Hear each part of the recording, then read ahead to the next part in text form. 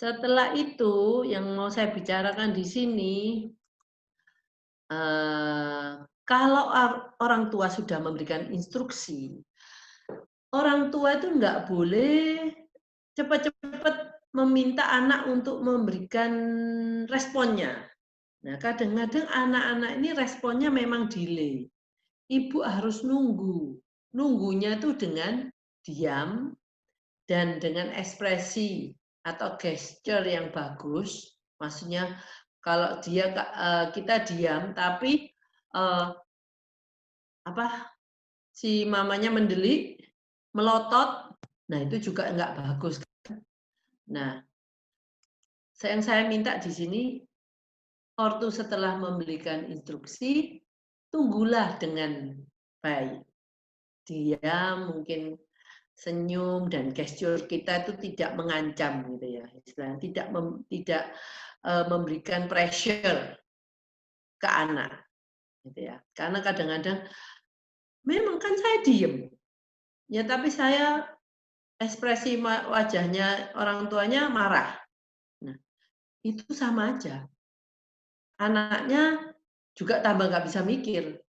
Karena kalau ibu tahu nggak, kalau kita anak itu di bawah suatu ancaman, itu anak dalam posisi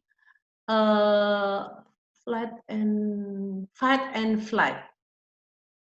Fight and flight itu adalah posisi kita mau melarikan diri. Nah, kalau dia dalam posisi seperti itu, dia tidak akan mungkin bisa berpikir dengan frontal lobe-nya. Semua energi akan dipakai untuk survival. Nah, kan kita nggak mau anak kita dalam kondisi seperti itu. Maka kalau anak kita bingung, malah kita harus bantu supaya dia jadi calm down dulu. Setelah calm down, karena dia keluar dari status fight and flight-nya, dia baru bisa berpikir. Dan apapun yang kita bicarakan itu bisa masuk ke dia. Mungkin saya bicarakan mengenai fight and flight-nya sebentar. Fight and flight itu adalah model seperti kalau kita dalam keadaan survival dikejar oleh singa, kita harus bisa lari sekencang mungkin. Mungkin kadang-kadang waktu itu orang bisa melakukan sesuatu yang biasanya nggak bisa dilakukan. Seperti mungkin manjat tembok atau manjat pohon kelapa gitu.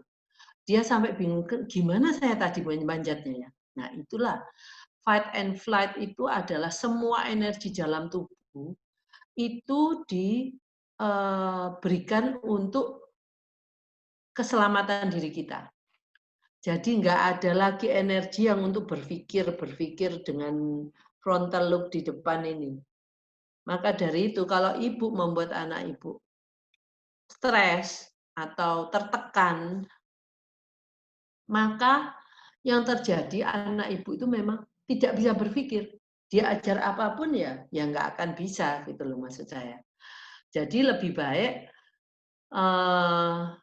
melakukan itu dengan membuat anak tidak masuk ke status itu, moodnya nyaman, anak bisa berpikir, apa yang kita bicarakan bisa masuk. Nah, itu yang dimaksud, itu maksud saya pembelajaran yang tidak menyia-nyiakan waktu, kita sukses memasukkan sesuatu ke dalam pemikirannya dia dan dia juga memperhatikan mungkin, tapi juga nggak karena kalau gini, kalau kita comfort gitu apakah bisa sekali aja anaknya sudah bisa? Ya belum tentu. Jadi biarkan mungkin juga butuh beberapa kali, tetapi dibandingkan dengan anak-anak yang dalam kondisi yang fight and flight, Anda nggak akan mendapatkan apa-apa. Malah kita menghabiskan waktu, menghabiskan energi marah-marah, anaknya juga marah, kita membuat drama baru. Nah, oke? Jadi di sini pastikan ya orang tua menunggu setelah memberikan instruksi.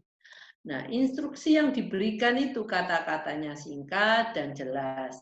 Ini untuk anak pemula memang. Jadi mungkin kata-katanya itu bukan dalam bentuk satu kalimat lengkap, mungkin hanya dalam bentuk frase ya. Seperti ambil sendok. Nah, itu kan frase, nggak lengkap gitu ya. Terus dari orte ke anak biasanya. Kita mulai instruksi yang paling mudah sampai instruksi yang memerlukan 20% usaha anak. Nah, yang paling mudah itu anak itu nggak usah mikir lah, aku udah tahu. Nah, yang paling tinggi adalah berikan challenge, tantangan 20% ini. Nah, jangan memberikan instruksi yang melampaui tantangan 20% dari kemampuan anak terhadap tugas tersebut. Nah, saya semua hal ini ya, kalau maunya kepatuhan, kita mau ngetes itu, teslah dari rumah. Jangan langsung kita ngetes, yuk kita gimana kalau saya ngetesnya itu di mall atau di tempat mungkin ada pesta perkawinan, mungkin sekarang udah nggak ada ya, pandemi nggak ada orang pesta perkawinan, nggak ada mungkin waktu ke rumah teman. Nah, itu bukan hal-hal yang, jadi semua harus dimulai dari rumah. Nanti semua yang mau kita lakukan ini, kalau sudah lulus di rumah, barulah boleh dicoba di luar rumah.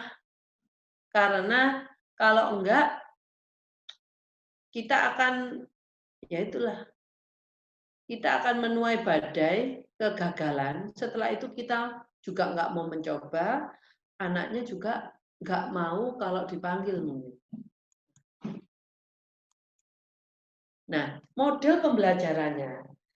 Kadang-kadang anak-anak itu juga lebih cepat belajar kalau umpamanya mungkin ada film kartun yang mungkin ada sisi kepatuhannya. Nah, ibu mungkin bisa terangkan, mungkin dia sukanya karakternya Dora. Nah, Dora mungkin di sana kelihatan Dora diberitahu sama mamanya dilarang sesuatu dan dia oke, dia menuruti saran orang tuanya. Nah, itu boleh. Nah, Dora anak pintar karena dia mendengarkan yang disuruh mamanya kan nggak boleh main api. Dia tidak main api. Nah, seperti itu. Jadi kalau ketemu momen-momen seperti itu jangan dilewatkan begitu saja. Kita terangkan. Tetapi menerangkan juga kembali lagi pakai bahasa sesuai dengan anak. Kalau anaknya memang sudah bisa kalimat lengkap, ya kita terangkan. Tapi jangan nerangkannya juga bertele-tele, terus-menerus. Terus-menerus akhirnya membuat anak bosan. Jadi kita bisa, setelah kita menerangkan, terus kita bisa pengen tahulah anak saya sudah ngerti enggak ya.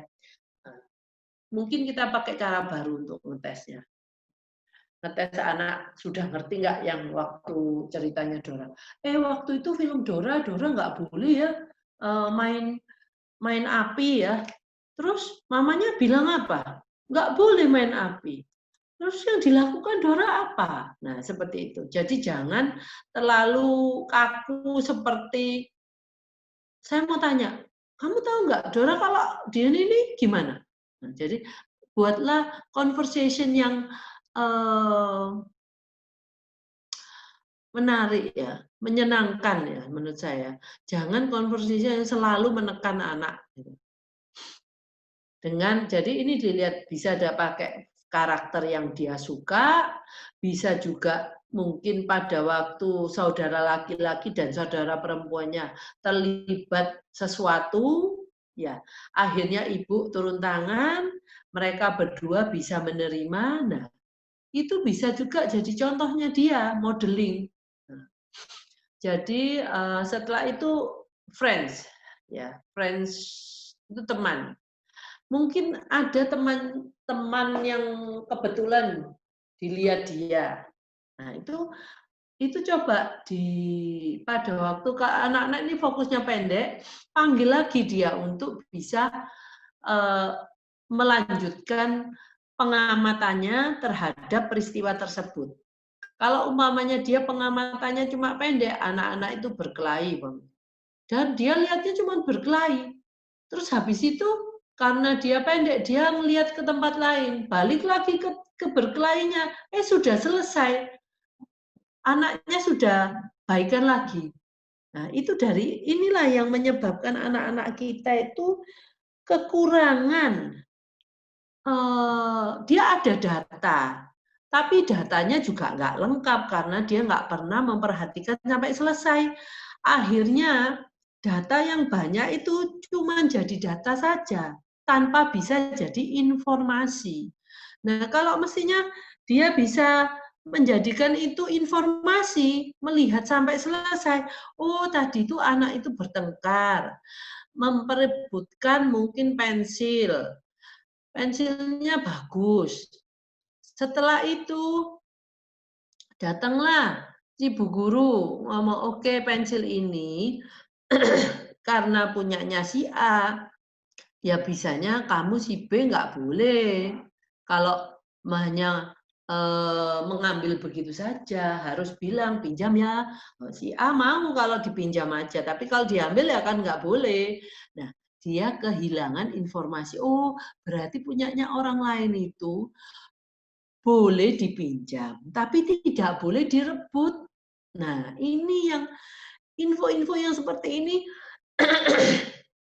yang anak kita itu kehilangan informasinya, akhirnya dia tidak bisa melakukan hal-hal seperti yang dilakukan oleh anak-anak itu.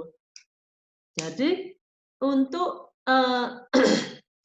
memperkuat interaksi sosial, ibu atau orang tua atau orang-orang sekitar harus memperkuat contoh-contoh seperti itu yang ada di sekitar kita atau di buku atau di televisi dimanapun. Jadi perkenalkanlah itu di alam nyata. Kalau memangnya adanya di buku ya di buku dulu lah. Setelah itu kita perkenalkan di alam nyata karena harus di alam nyata dan dia juga akan mengikuti berbuat seperti itu. Akhirnya anak kita kan akhirnya jadi anak yang baik, anak yang patuh. Ibu orang tua juga senang, anak juga senang karena nggak dimarahin terus. Oke, nah ini adalah video yang saya anukan, saya berikan contoh untuk memberikan satu instruksi, satu token, satu reward.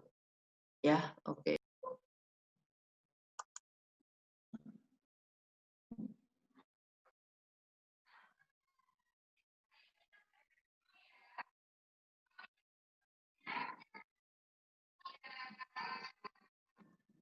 Jadi dipastikan anak suka dengan reward-nya ya. Jadi reward bergantung dari kesukaan anak.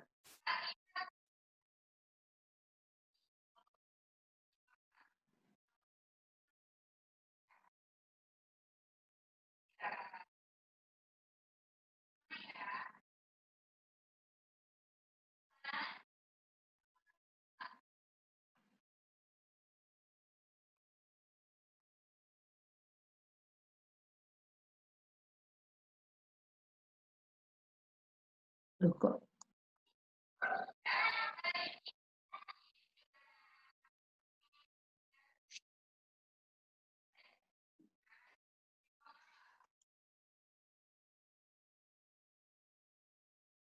Jadi dari ini ini memang situasinya seperti terapi ya. Tapi menurut saya kalau orang tua di rumah nggak harus melakukan seperti ini, ya.